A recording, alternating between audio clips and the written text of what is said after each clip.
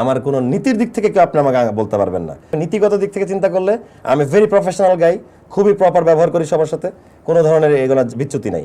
Curfew শব্দটা সেই সময় আপনার কাছে চুটকিতে পরিণত হয়েছিল কেন? কারণ এটা হচ্ছে লং মার্চের আগের দিনের ঘটনা, যে কারফিউ দিয়ে দিল যেদিন। তো আমার কাছে সেটা চুটকি মনে হয়েছে যে কিছু একটা হইলেই কারফিউ, কিছু একটা হইলেই ঘরে বসে থাকি। আমি যদি সবসময় একই জিনিসই বলতে থাকি তাহলে তো এটা দাম থাকে না। এটা বলার, এটা বছরে একবার শোনারও কথাও না কারফিউ ওয়ার্ডটা। কিন্তু তারা তো তখন মানে 7 দিন কারফিউ, মন চাইলে আরো 3 দিন, আবার 4 দিন, মানে উকি দেওয়ার মতো, উকি দিতে মন যাচ্ছে, দেয়াল থেকে উকি দিতেছে। আমার কাছে এটা চুটকি মনে হয়েছে। আচ্ছা, আপনি একটা স্ট্যাটাস দিয়েছিলেন, হে পরাজিত শঙ্খচিল, তুমি সকালে আসিবে কোন রূপে। আমরা দেখেছি যে আপনিও কিন্তু নাটকে বিভিন্ন রূপে অভিনয় করেন।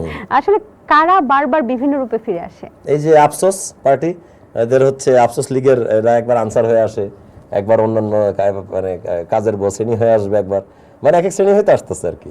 ফ্যামিলিতেও তো আপনি বেশ একটা যুদ্ধ করেছেন আপনার বাবা মার সাথে। তো আপনি যে বের হয়েছেন বাইরে বা স্ট্যাটাস দিয়েছিলেন, এই ক্ষেত্রে আপনার ফ্যামিলির প্রতিক্রিয়া কি ছিল আসলে? আমার ফ্যামিলির প্রতিক্রিয়া হচ্ছে তারা আমার বিপক্ষে কিছু বলে না। তারা জানে আমি নীতিগত দিক থেকে ছোটবেলা থেকে ঠিকঠাক, আমার কোনো নীতির দিক থেকে কেউ আপনি আমাকে বলতে পারবেন না। নীতিগত দিক থেকে চিন্তা করলে আমি ভেরি প্রফেশনাল গাই, খুবই প্রপার ব্যবহার করি সবার সাথে, কোনো ধরনের এগুলো বিচ্যুতি নাই। আমার ঘরে একজন রিটায়ার্ড আর্মি অফিসার, একজন সার্ভিং আর্মি অফিসার, আমার বোনের জামাই মেজর, সেও বসে ভাত খেতেছে, আব্বা ভাত খেতেছে, আমিও ভাত খেতেছি, আমরা তো আলাপ করি।